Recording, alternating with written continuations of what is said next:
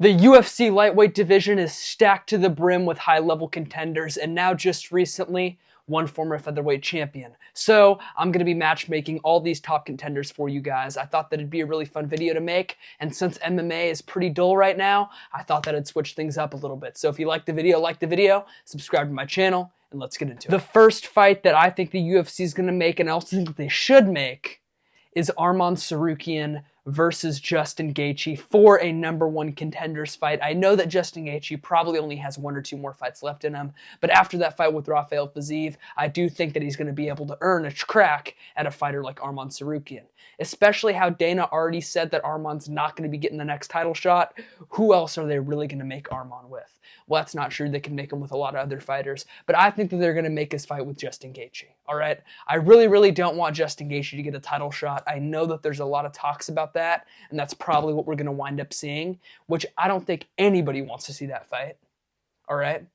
I mean, one more title win from Islam, and he's going to move up to 170. So we can't give him Justin Gaethje and let him have another layup of a title win and then, move him up to like welterweight?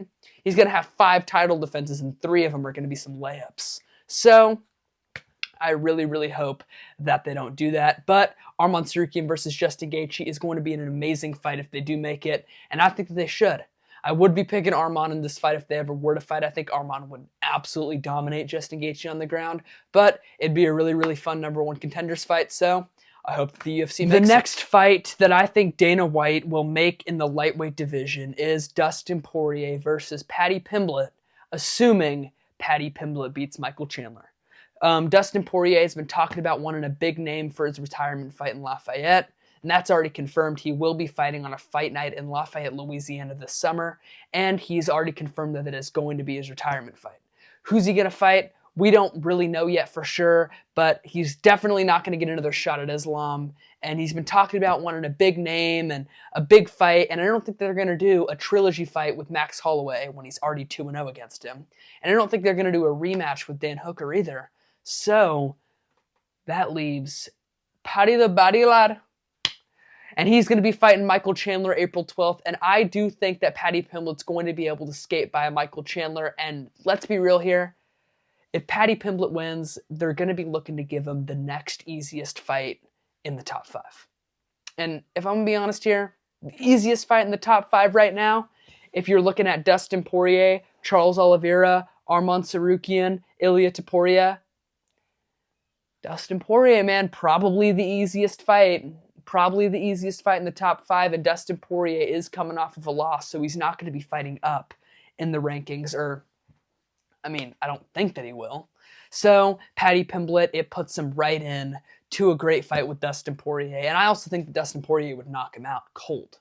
All right, I think that Dustin Poirier would knock him out real bad. Paddy Pimblett keeps his chin way high in the air, and I could also totally see Michael Chandler sleeping him, and then my whole matchmaking whatever this video is just completely goes out the window. But I think that Dustin Poirier is going to be able to fight Paddy Pimblett on a fight night this summer, and I think that it'll be a great walk-off into the sunset for him, because I think that he'll get a great win over a pretty big name like Paddy, and he'll be able to walk off into the sunset on top. Or not necessarily on top, but coming off of a win, and an emphatic win at that. So I do think that they're going to make Dustin Poirier versus Paddy Pimblett for Dustin Poirier's retirement fight this summer. Moving on, the next top contender fight that I want to make is Dan Hooker coming back after his arm break to fight Max Holloway. I think that they're going to make Dan Hooker versus Max Holloway.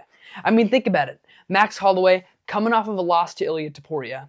So now he's moving up to lightweight. They're not going to give him a title shot after a loss. They're not going to give him a trilogy fight with Dustin Poirier when he's already 0-2 against him. They're not going to give him a fight with Arman Tsarukyan. Well, I mean, they might, right? They might make any of these fights, right? But I think that they're going to make Max Holloway versus Dan Hooker. This fight would be absolutely amazing. I mean, think about it. This fight would be so fun to see. An absolute war for the BMF title. If there's anyone that deserves a shot at the BMF, it's Dan Hooker. It's Max Holloway. Max Holloway already has the BMF. The BMF is a fake belt anyway. You could bring it back for this fight and put it on the line for this fight, and I think that they will, and I think that this fight would be an absolute barn burner. But after that last KO that Max Holloway took, I do think that Dan Hooker is going to be able to get the job done against him. I think that Dan Hooker would be able to walk him down and eat the shots from Max Holloway and answer back. Dan Hooker, I think now, arguably has a better chin than Max Holloway. We're going to see how Max Holloway's chin holds up after the Topuria fight. But assuming he fights Dan Hooker, it's going to be a scrap. It's going to be a brawl, and he's going to have to take a lot of shots on his chin. Can he, though, is the real question after fighting Ilia Topuria. I think this fight would be absolutely amazing. If you guys don't know yet, Dan Hooker is my absolute #1 favorite fighter in UFC history. He's my favorite fighter on the roster. He'll be my favorite fighter forever, okay? I stand on that take, okay? And, well, it's not even really a take. It's just my opinion on who my favorite fighter is. But I think that Dan Hooker would be able to skate by against Max Holloway, weather the storm early, and be able to out-grit Max Holloway in a tough 5-round fight night main event. And that's what I hope they do for the BMF. Put the BMF on the line, or make this as a co-main of a pay-per-view. Okay, maybe a co-main to UFC 316 or UFC 317. But, man, I just think this fight would be absolutely amazing. Dana White, please, let's make it happen. And now the final fight that I think Dana White is going to make among these top lightweight contenders. And this one, in my opinion, is going to be for the next title shot. And that's Ilia Topuria taking on Charles Oliveira.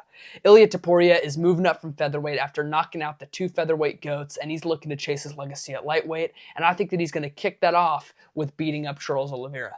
Charles Oliveira is an amazing jiu-jitsu practitioner. He's a stand-and brawler on the feet. And he has a bunch of amazing notable wins at lightweight, and he's a former champ with a couple title defenses too.